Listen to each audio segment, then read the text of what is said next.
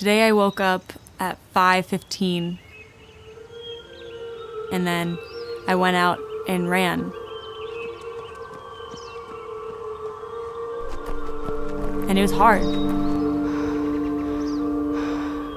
It's more of a mental game than anything. The wanting to give up, but knowing that you can't give up.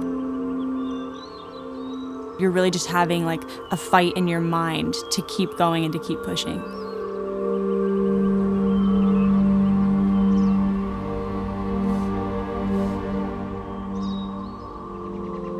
We're preparing to do an Ironman later this year.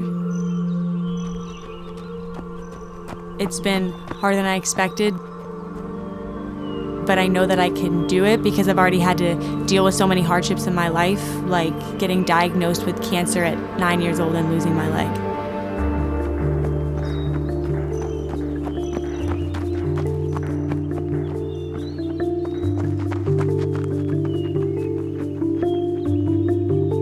I was 9 years old, just growing up, normal kid. I'm the youngest of 5, and I loved playing soccer, so I was playing competitive soccer, but then I started having a ton of pain in my knee. I remember the phone call. It was 7:30 in the morning, and the doctor said, "We see something, and we'd like you to come in and meet with the doctors." We found out that I had osteosarcoma, which is a really rare form of bone cancer. I understood what tumor meant, and it was a scary proposition. It kind of immediately started a fog for us. I could see my parents crying, but I didn't know what cancer was, and I didn't know what it meant, so I was just confused and scared that they were scared. I remember just kind of being in shock, and I really didn't know what to think. And I just,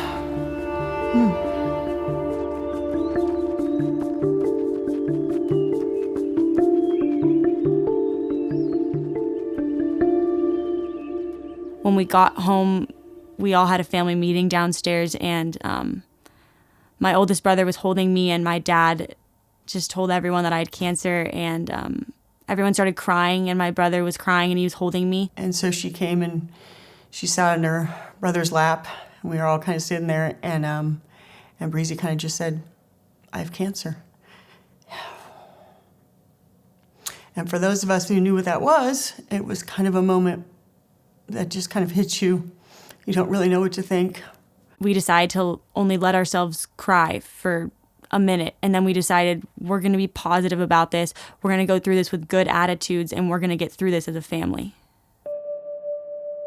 I actually thought the idea of having a robot leg was super cool, which is why I was really on board with, having the amputation and getting a prosthetic, because I thought it would be dope to have a running leg and a walking leg that looked robotic. But the night before the amputation, we had a party actually just with some family and friends, and we all signed my leg and wrote on it, and I signed my foot. I said, "Goodbye, friend, I'm gonna miss you."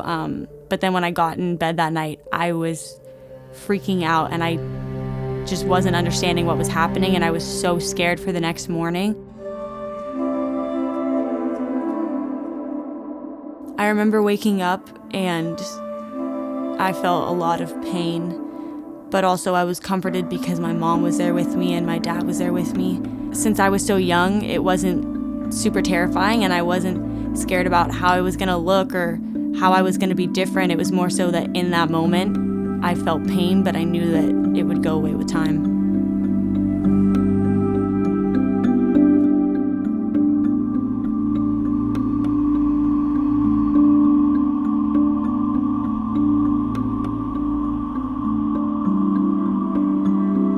I started noticing that it was hard to be around my friends because we were just so different from each other.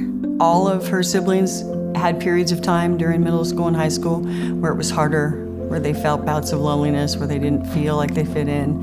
So that wasn't normal, but she had an extra layer on that with the prosthetic and being an amputee. Much of what she was seeing from her friends looked catty, and she didn't want to be part of it. She wanted to be able to actually have much more mature conversations, and that put her in a position where she felt very different than everybody, and kind of removed herself from some of her friendships.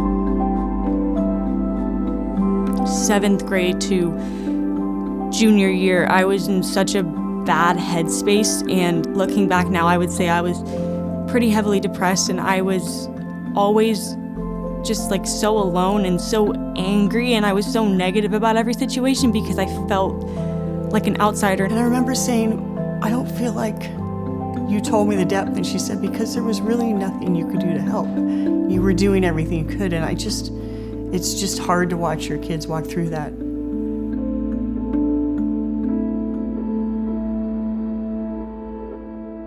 I just remember being in the shower and I was crying so hard and I was just bawling my eyes out, and I just started like screaming to God, and I remember saying, like, God, I know that you've always been there and I've never questioned you. I know that you've always been by my side, but I can't see you. So please just open my eyes so that I can see you. And that's when it really like changed for me.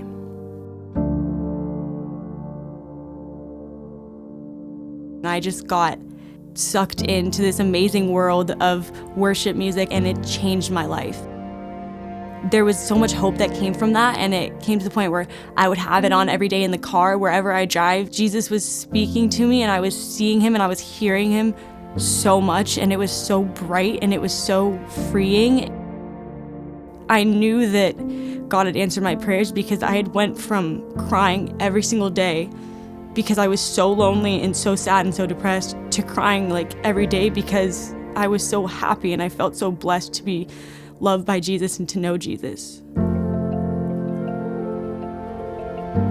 To belong really just means to be fully known and fully loved. And I feel like seeing more of Jesus and feeling more of Jesus' love has helped me like truly feel that belonging, because it doesn't matter where I am or who I'm with, because there's a God who loves me and I belong always with him. Jesus to me is everything.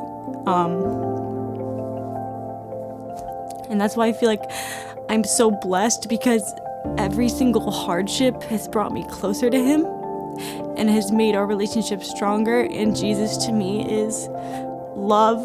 Jesus is light. Jesus is my savior, but also he's my best friend. And through all the times that I've been so alone, he's always been there for me.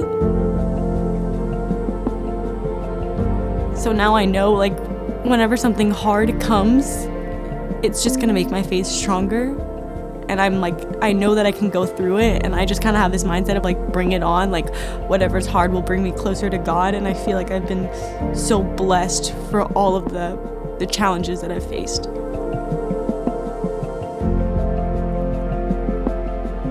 When I was diagnosed with cancer, I said, I don't know why this is happening, but I think I can help people, and I think good will come from this. So even when I was 9, I think I knew that God had a plan for this, and that my life wasn't just to live for me, it was to give to other people.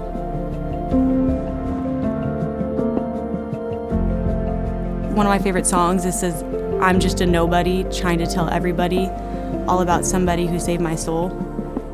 And I feel like that's really who I am. I'm just someone who's trying to point people to the love of Jesus and show the love of Jesus so that people's lives can be changed. I'm gonna do that for the rest of my life.